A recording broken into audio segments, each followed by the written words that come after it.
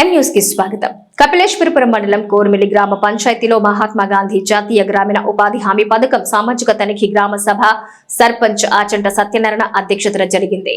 ఉపాధి వేతన సమస్యలపై డిఆర్పి శ్యామ్ కూలీలను అడిగి తెలుసుకున్నారు.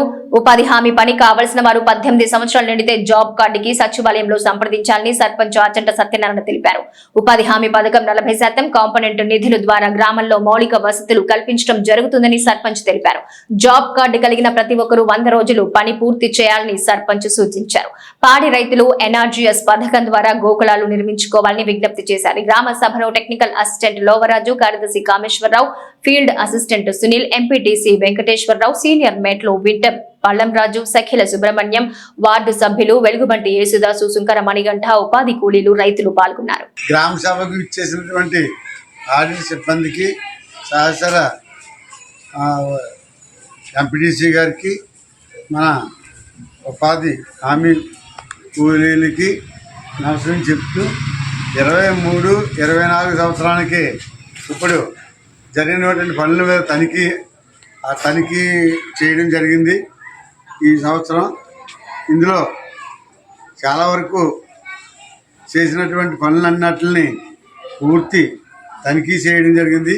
ఈ తనిఖీలో వేలిముద్రలని సరైన పద్ధతిలో వేయాలని కోరడం జరిగింది.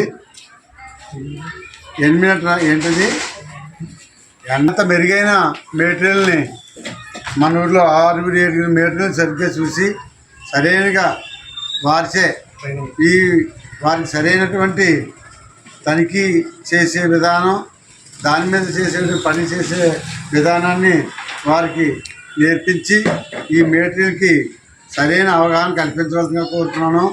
ఈ సిబ్బంది మన ఉపాధి హామీకి వచ్చేటువంటి ఈ మన ఉపాధి కూలీలందరినీ కూడా మరింత ఎక్కువ పనులకి చేస్తూ మన గ్రామాభివృద్ధికి ప్రోత్సహించవలసిందిగా, మీరు చేసే ప్రతి పనికి రూపాయికి 40 పైసలు ఈ గ్రామానికి పంచాయతీకి వస్తుందని, ఆ విధంగా గ్రామాభివృద్ధికి తోడ్పడుతూ మీకు ఆ ఉపాధిని కల్పించుకోవాలిగా కోరుతూ ఇంతవరకు మీరు మీ బంధువులు మన ఊళ్ళో గ్రామస్తులు ఎవరైనా ఉపాధి హామీ పనికి ప్రోత్సహించి జాబ్ కార్డు పట్టుకునేలా చేయవలసిందిగాను, మళ్ళీ ఎక్కువ పనులు ఎక్కువ రోజులు 100 రోజుల పనులు ఉపయోగించుకుని ప్రథమ స్థానంలో మన గ్రామం నిలబడాలని కోరుకుంటూ మరిన్ని తాజా వార్తా విశేషాల కోసం ఎం న్యూస్ ని సబ్స్క్రైబ్ చేయండి, మీ మిత్రులకు షేర్ చేయండి.